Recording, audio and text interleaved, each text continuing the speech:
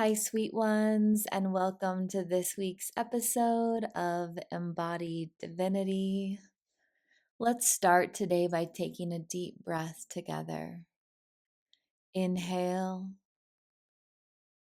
and exhale. Just let yourself land in your body, here and now, open to whatever messages are available for you in this space. So I don't know about you, but this past week for me has been a lot. It's been grief and celebration and exhaustion and realizations. I've been moving through anniversaries of death and birthdays, moments of deep pride, and also hollow moments where I wondered, am I even living or am I just existing? This past Friday marked 2 years since my grandfather passed, and my body knew it before my mind did. The ache came back in my chest and in my hips and in the heaviness that lingered even when I tried to keep moving. And then just a couple days later, I celebrated my son's 15th birthday. I stayed up till 2 in the morning, creating a really special surprise for him. And even though my body felt tired, I was just so deeply proud. I created this giant photo collage of his life, 380 pictures, 15 years spread out in front of me. And as I stood back and looked at it, I realized there has been so much joy, so much love, a really well lived life.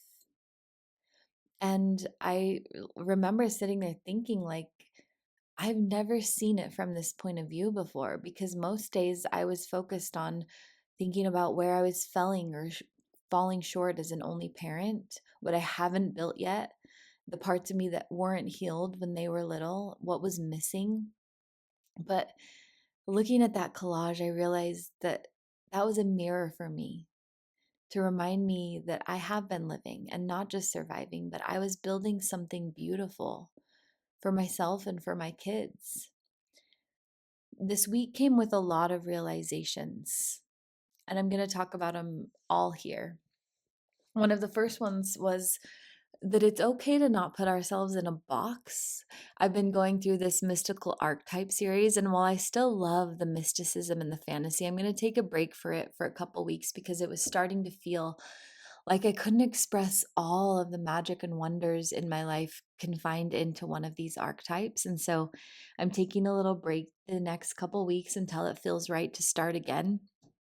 And as I was thinking about breaking away from that for a minute, I started to feel like this is good structure, like this is something I wanted to do, and I was kind of doubting myself for wanting to move out of it for a bit. And I realized we do that sometimes. We put ourselves in these boxes and these cages, and it's okay to change your mind. It's okay to try new things.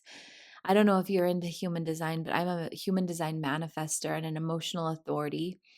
And for me, that means really creating taking the lead, creating the spark, doing new innovative things even when not everybody understands it. And I've been really giving myself permission to do that.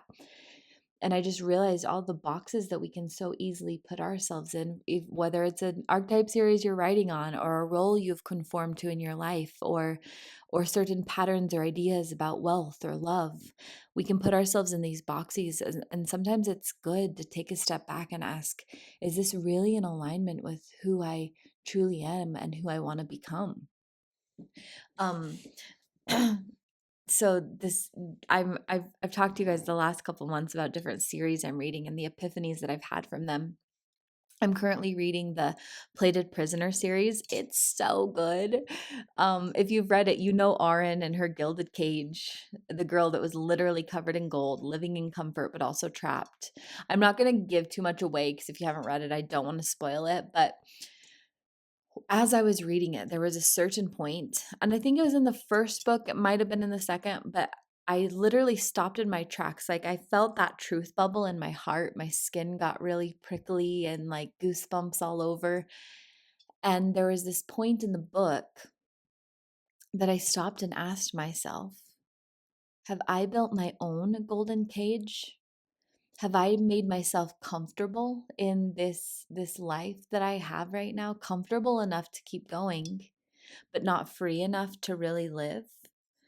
And my body had an interesting reaction because I have lived a very soft life this last 4 years, which was very different from the life that I lived leading up to that point. I was in survival most of the time, hustling and going to school and raising kids and just trying to live paycheck to paycheck and accomplish all these dreams and create all of these businesses. And so about 4 years ago, when my business was really solid and I had the income, both passive and reoccurring, that I needed to support me and my kids and our lifestyle and buy a house and settle in, I became very comfortable. All of my needs have been met by myself, by my business, by source. We had time to really sink into each other, to heal. But I also noticed that this comfortability has become its own cage. I haven't I haven't pushed myself out of that comfort zone. But as I noticed that, my body immediately said through a burn in my solar plexus, please don't send me back to survival mode. Please don't make me fight like that again. And I think that's the difference is just because you get comfortable doesn't mean you have to go back to the way it was, but we get to ask ourselves, is there a way that I can break free? Is there a way that I can open up to more? Is there a way that I can expand this life I'm already living? And it will be uncomfortable because it's change and change is uncomfortable. But can I free myself from this cage of comfortability and familiarity and do something new? And maybe if you're still in survival, survival's become your cage and you're scared. I remember breaking out of survival the first year. I was panicking. I didn't know how to live that soft life. And I had to teach myself every day through affirmations and somatic movement and breath work and being with the ease that it was safe, that it was okay. We create these little cages. And no matter how beautiful they are, no matter how golden and beautiful they may seem, they're still a cage. So for me, I just asked myself, what would it look like to really live? To do all these things that bring me joy and actually get out of my comfort zone. Maybe you've realized that your cage is gilded with routine or numbing habits or even a business that's fine but doesn't light you up anymore. Maybe your cage is the story you tell yourself about who you are and what you're allowed to want. So here's your invitation to ask, where am I living in a golden cage? Am I willing to crack it open even if the unknown scares me? And the unknown can be a lot of things, but it doesn't have to be another version of confinement, and it doesn't have to be you going back. So, another realization that I had as I was thinking about these cages, as I was thinking about these roles, as I was thinking about these patterns, and also noticing what a lot of my clients have been working through is a story that I told myself or saw myself around wealth and receiving. I'm moving into a state of receiving with a lot more ease. I love the business I've created. I love the people I serve. And as my kids get older, I really want to go out and explore and create this kind of adventure filled life that I never got to have in my teens or 20s. And to do that, my business needs to change a little bit, and that can feel scary, but it's less about my business and more about my relationship with wealth. So this weekend I was examining that relationship. And I've always the last few years I've really seen wealth as a friend, as someone I want to build a relationship with of trust and knowing. But this weekend when I felt into it during a meditation, money for me showed up as a mother. And it felt a little scary at first because I had a really deep mother wound.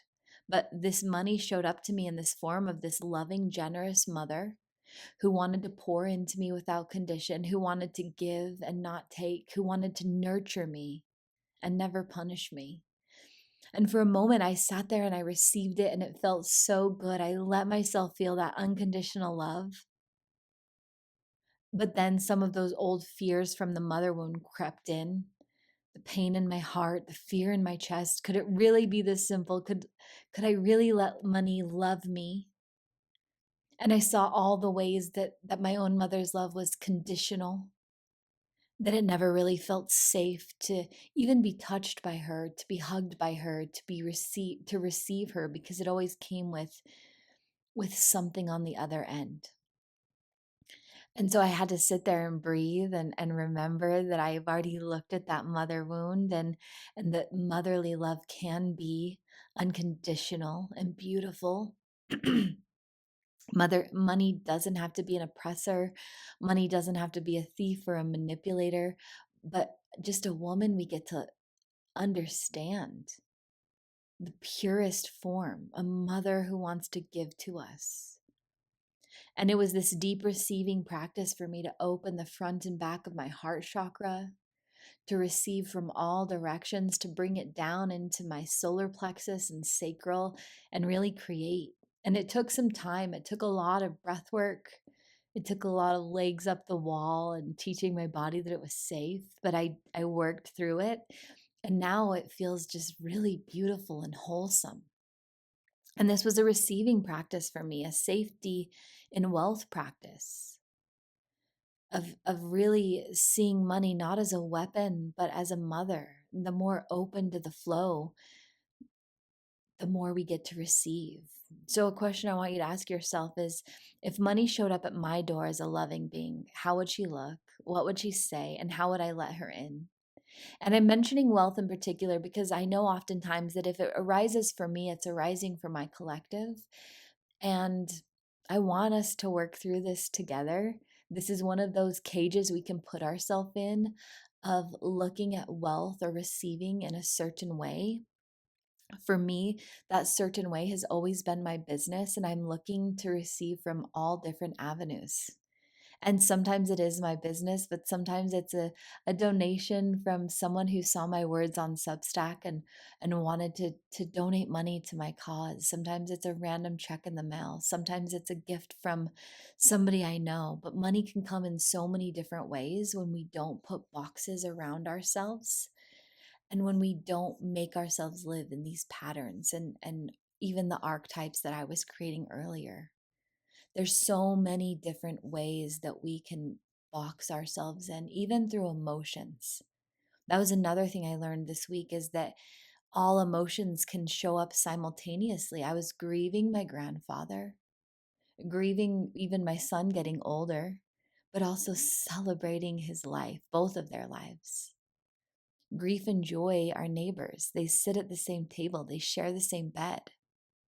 My body felt the ache of the grief around my grandfather, and my body felt the joy of my son celebrating.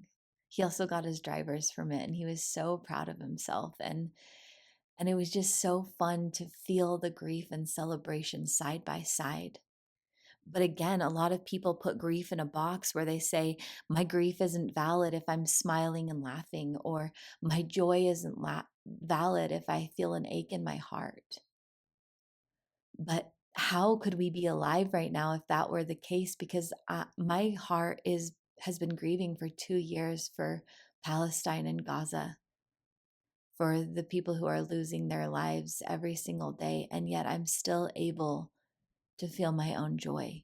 And I think that's been a hard thing for humanity lately too, is how can we know there's so much suffering and not fall into that, the just despair. And it's, again, we talked about this last week in the Sphinx series. It's about feeling a balance of both. You can be aware of the things going on in the world and still create joy, because that is a rebellion. We've lived in a system for so long that wants us to feel repressed, that wants us to feel trapped. Our joy and happiness are literally a rebellion. It's how we reclaim our sovereignty. So again, we can't put boxes around us, not our emotions, not our ideas about wealth or love, not our ideas about who we are, how we receive, how we create. We have to allow ourselves to break free from these cages even if they're golden and shiny. So I created a couple of practices for you that helped me as I moved through this. Number one, I'm going to call the cage inquiry. And again, it's asking, where have I built comfort that has become confinement? Just name it and be honest. The moment we name it and are aware of it, is the moment we start moving through it. Number two, make a collage of worth. Gather photos or memories from the last decade. See the joy you've lived already and let it reflect your worth. There's a voice practice that I tried the last couple of weeks that I think is really powerful, and it's to spend 5 minutes a day speaking out loud, not posting or sharing, just your raw voice, letting it be heard by you, and really feeling that frequency and vibration of expression. And finally, a wealth meditation, imagining wealth as being somebody who loves you. Receive from her, let her pour into you. And speaking of that, I created a really fun track of affirmations. They're wealth and abundance affirmations. You can find them in a link in the bio of wherever you're listening to this, but they're also on all music platforms. If you search Nikyla Maria, you're going to see these new wealth and abundance affirmations, and they're so fun just to listen to and recreate this relationship with wealth. But these are 4 things that you can do to start breaking out of these cages, to start seeing things in a new light and allowing your brain to create new neural pathways that believe in something that's more aligned with who you are becoming. And on Wednesday, I'll have a meditation that helps you notice and break free from that cage. And I also have some really fun offerings this week as I sink into my own receiving on another level. Number one, I've added a buy me a cup of tea link to my bio where you can just send money if you feel resonant with anything that I shared and want to create an energy exchange. I'm also offering a special on a 45-minute clarity session. It's normally $222 for a one-timer session for an hour. Again, it's only for your first-time clients. Other than that, it needs to be in a mentorship practice. But this week only, I'm doing 45 minutes for $111 where we just get really clear. We move energy, we process, we talk, and you leave feeling renewed and also clear on your next steps. And then, as always, I have the Inner Child Oracle cards, the Inner Child Guidebook, and Breathe Deep and Plan on Miracles, plus some really fun abundance apparel, all in the link in my bio that really help you sink into the frequency of what you're trying to create. These are ways that I have opened up new pathways to receive wealth, to break out of my own cage of receiving from only being in front of a client or only creating something that someone can buy, but new ways where we can all open up to receive. So again, notice the cages that you've built. And I want you to remember that you are already free. Your voice is the archetype. The wealth is your mother, and grief and joy are your companions on a path of life well lived. We don't have to be caged in by any of these things, and you are worthy of it all and so much more. I'll see you Wednesday for the guided meditation. As always, breathe deep and plan on miracles. Talk soon.